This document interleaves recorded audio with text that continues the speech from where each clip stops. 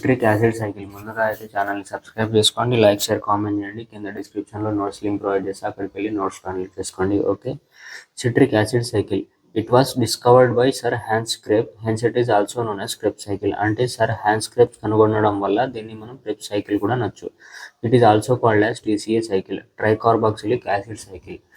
Complete oxidation of acetyl coenzyme A into CO2 and H2O takes place in Krebs cycle. అంటే coenzyme ఏది oxidation జరుగుతుంది. Okay, it occurs in mitochondrial matrix of eukaryotic cell. అంటే citric acid cycle జరగడం వల్ల కూడా మనకు ATP energy అనేది produce అవుతుంది. ఓకే, సో మనకు గ్లైకోలైసిస్లో 2 moles ఆఫ్ పైరువేట్ అనేవి ఫామ్ అయినాయి కదా. అక్కడ 2 moles ఆఫ్ పైరువేట్ ఏదైతే ఫామ్ అయినాయో మనకు ఇప్పుడు సిట్రిక్ యాసిడ్లో సైకిల్ ఎంటర్ అయ్యి అదే పైరువేట్ మనకు అసిటైల్ కోఎంజైమ్గా మారుతుంది. ఓకే, మీకు అర్థమైందా? మనకు గ్లైకోలైసిస్లో చెప్పినా కదా, ఫస్ట్ వచ్చేసి స్టార్టింగ్ కాంపౌండ్ వచ్చేసి గ్లూకోజ్, తర్వాత వచ్చేసి గ్లూకోజ్ మొత్తం మెటబాలైజ్ అయ్యి మనకు 2 moles ఆఫ్ పైరువేట్ అనేది ఇస్తుంది. ఓకే, పైరువేట్ ఇచ్చినప్పుడు ఇదే పైరువేట్ మనకు సిట్రిక్ యాసిడ్లో సైకిల్లోకి వెళ్ళి అసిటైల్ కోయేగా మారుతుంది. ఓకే, ఇప్పుడు మనకు అసలైన రియాక్షన్ స్టార్ట్ అయింది. Okay, citric acid acid cycle అనేది స్టార్ట్ అయింది. సో మనకు ఇక్కడ అసిటైల్ కోయ ఏదైతే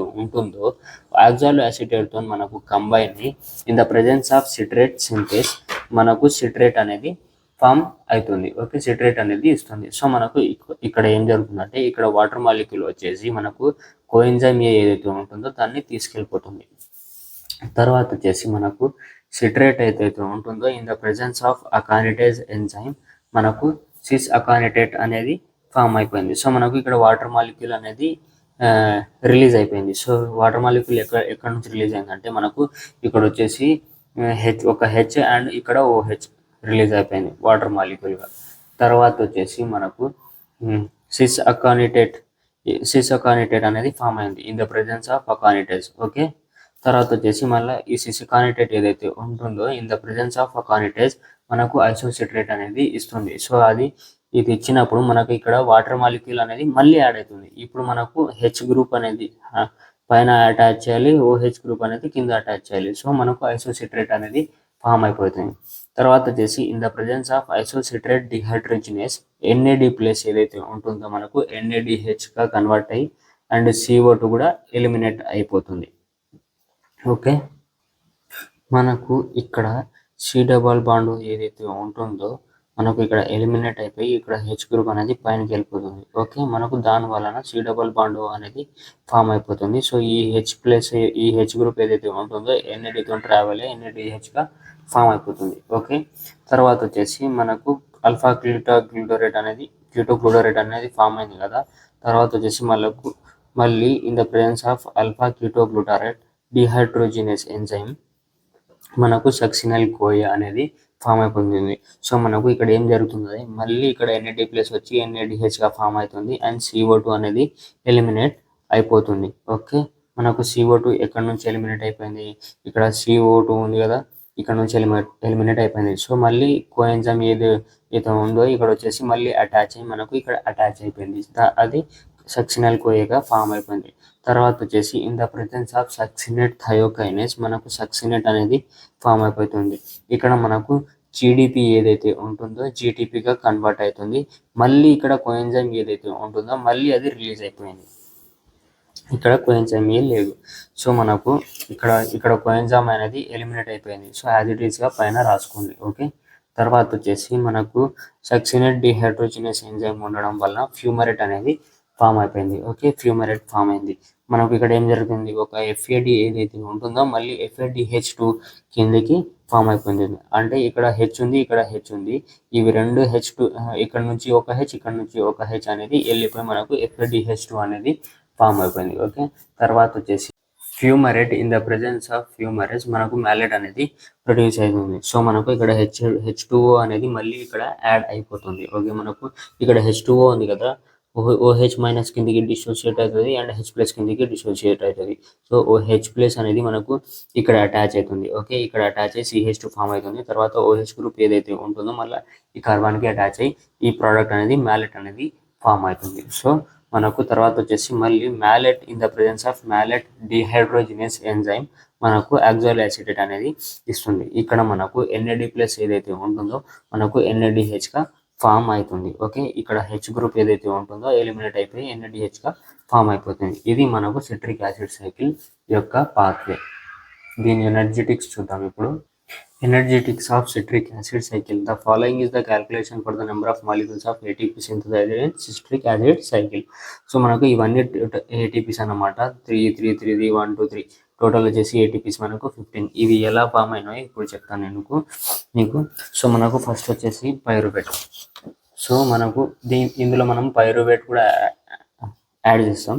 సో మనకు పైరువేట్ నుంచి అసిటైల్ కోఏగా మారడానికి మనకు ఇక్కడ 3 ATP అనేది ప్రొడ్యూస్ అవుతుంది. Okay, pyruvate to acetyl CoA 3 ATPs are produced. Okay, తర్వాత వచ్చేసి మనకు ఐసోసిట్రేట్ టు ఆల్ఫా కీటోగ్లూటారేట్ మనకు 3 ATP అనేది ప్రొడ్యూస్ అయింది. అంటే మనకు ఇక్కడ ఐసోసిట్రేట్ ఉంది, మనకు ఐసోసిట్రేట్ నుంచి ఆల్ఫా కీటోగ్లూటారేట్ ఫామ్ అవడానికి 3 ATP అనేది ప్రొడ్యూస్ అయింది. మీరు అడగవచ్చు సార్ ఇక్కడ ATP లేదు కదా అంటే, మనకు ఇక్కడ 1 NADH is equals to 3 ATP అన్నమాట. సో మనకు ఇక్కడ 1 NADH ఫామ్ అయింది కదా. సో మనకు అది వచ్చేసి 3 ATP. సో మనకు ఎన్ని ATPs ఫామ్ అయిపోయినాయి, ఐసోసిట్రేట్ టు ఆల్ఫా కీటోగ్లూటారేట్ 3 ATPs అనేది ఫామ్ అయిపోయినాయి. తర్వాత వచ్చేసి మళ్ళీ ఆల్ఫా కీటోగ్లూటారేట్ టు సక్సినల్ కోఏ 3 ATP అనేది ఫామ్ అయిపోయింది. ఇక్కడ కూడా మనకు ATP అనేది డైరెక్ట్ ఫామ్ అవ్వలేదు, మనకు NADH అనేది ఫామ్ అయింది. ఒక NADH equals to 3 ATP. Okay, తర్వాత వచ్చేసి మళ్ళీ సక్సినల్ కోఏ టు సక్సినేట్ మనకు ఓన్లీ 1 ATP అనేది ఫామ్ అయిపోయింది. సో మనకు GDPని ADP అనుకోండి, GTPని ATP అనుకోండి. ఓకే, మనకు ఒకటి GTP ఈక్వల్స్ టు 1 ATP అన్నమాట. సో మనకు ఓన్లీ 1 ATP అనేది ఫామ్ అయిపోయింది. తర్వాత మళ్ళీ మనకు సక్సినేట్ టు ఫ్యూమారేట్ ఎన్ని ఫామ్ అయిపోయినాయి, ఒక FAD అనేది FADH2 ఫామ్ అయింది. సో మనకు సక్సినేట్ టు ఫ్యూమారేట్ 2 ATPs అంటే ఒక FADH2 1 FADH2 is equals to 2 ATP అన్నమాట అప్పుడు. ఓకే, మీకు అర్థమవుతుంది అనుకుంటున్నా. సో తర్వాత వచ్చేసి మళ్ళీ మ్యాలెట్. ఓకే, మ్యాలెట్ మనకు ఆక్సాలోఅసిటేట్కి ఎన్ని ATPs ఫామ్ అయినాయి, 3 ATPs అన్నిటికీ ఫామ్ అయిపోయినాయి. మళ్ళీ ఇక్కడ NADH వస్తుంది, NADH అనేది 3 ATP. సో మనకు టోటల్ ATPs ఉన్నాయి 15 ATPs అనేటివి ఉన్నాయి. In glycolysis 1 molecule of glucose gives 2 molecule of pyruvate. అంటే మనకు గ్లైకోలైసిస్ అనేది జరిగింది కదా, గ్లైకోలైసిస్ అనేది జరిగి మనకు 2 పైరువేట్ అనేది ఇచ్చింది, పైరువేట్స్ అనేటివి ఇచ్చింది. సో మనకు ఈ 2 పైరువేట్ సిట్రిక్ యాసిడ్ సైకిల్లోకి వెళ్తాయి. సిట్రిక్ యాసిడ్ సైకిల్లో ఒక్క పైరువేట్ ఎంత వస్తుంది, మనకు 15 ATP ఇస్తుంది.